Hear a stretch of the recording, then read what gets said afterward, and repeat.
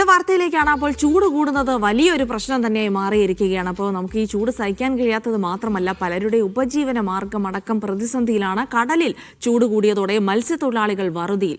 നേരത്തെ ലഭിച്ചതിന്റെ 4/1 മീൻ മാത്രമാണ് കിട്ടുന്നതെന്ന് മത്സ്യത്തൊഴിലാളികൾ പറയുന്നു. ലഭ്യത കുറഞ്ഞതോടെ മീൻ വിലയും വലിയ തോതിൽ ഉയരുകയാണ്. മീൻ സാധനപ്പില്ല, ജീവിതത്തിലുള്ള കസി ഇത്രയും എന്തിലാണ് ഇപ്പോഴത്തെ പോക്ക്. 1-2 ട്രിപ്പ് പോകുമ്പോ അവർക്ക് കട കൂടിയിട്ട് കെട്ടിയെടുക്കണം. 3-4 ദിവസമായി കെട്ടിയെടുക്കണം.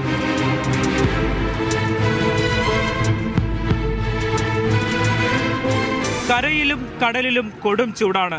കേരളത്തിന്റെ കടൽ തീരത്തെ കടൽ വെള്ളത്തിന്റെ വാർഷിക ശരാശരി താപനില 28.5 ഡിഗ്രി സെൽഷ്യസ് ആണ്. എന്നാൽ ഇപ്പോഴത് 31 ഡിഗ്രി സെൽഷ്യസും കടന്നിരിക്കുന്നു.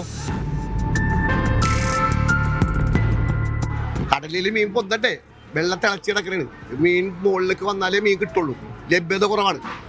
അടിത്തട്ടിലേക്ക് പോകണേ ഈ ചൂടിന്റെ കൂടുതലും. അതിന് തണുപ്പ് വേണമല്ലോ. തണുപ്പ് കിട്ടാൻ വേണ്ടി അത് ഡീപ്പ് വാട്ടറിലേക്ക് മാറും. പക്ഷെ അതിന്റെ പ്രജനനങ്ങൾക്ക് കുറവ് സംഭവിക്കും. അതാണ് മത്സ്യസമ്പത്ത് കുറയുന്നത്. ഈ വൈപ്പിൻ ഹാർബറിൽ ഞങ്ങളുടെ മുന്നിൽ ഇപ്പോൾ തിരികെ എത്തിയ ഒരു ബോട്ടിന് ലഭിച്ചത് വെറും 2 കൊട്ട മീൻ മാത്രം. ഈ ശനിയാഴ്ചയും പോയിട്ടൊന്നും കിട്ടിയില്ല. ഇപ്പൊ ഇന്നത്തെ ദിവസം ഒന്നുമില്ലാതെ ഓടി വരിക ബോട്ട്. ഇല്ല, മുണക്കൂല് നഷ്ടമാണ്. നഷ്ടത്തിലാണ് ബോട്ട് ഓടുന്നത്.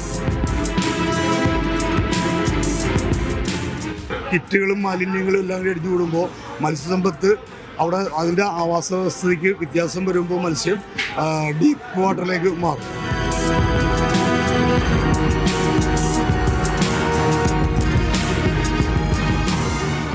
മത്സ്യബന്ധന മേഖലയ്ക്ക് കൂടുതൽ ശ്രദ്ധ വേണമെന്നാണ് സർക്കാരിനോട് ഇവർക്ക് പറയാനുള്ളത്. കൂടെ നിങ്ങളോട് പറയാനുള്ളത് പ്ലാസ്റ്റിക് അടക്കം വലിച്ചെറിഞ്ഞ് പ്രകൃതിയുടെ താളം കൂടുതൽ തെറ്റിക്കരുതെന്നും. രാജേഷ് വടകരയ്ക്കൊപ്പം മുഹമ്മദ് സാലിഹ്, മീഡിയ 1.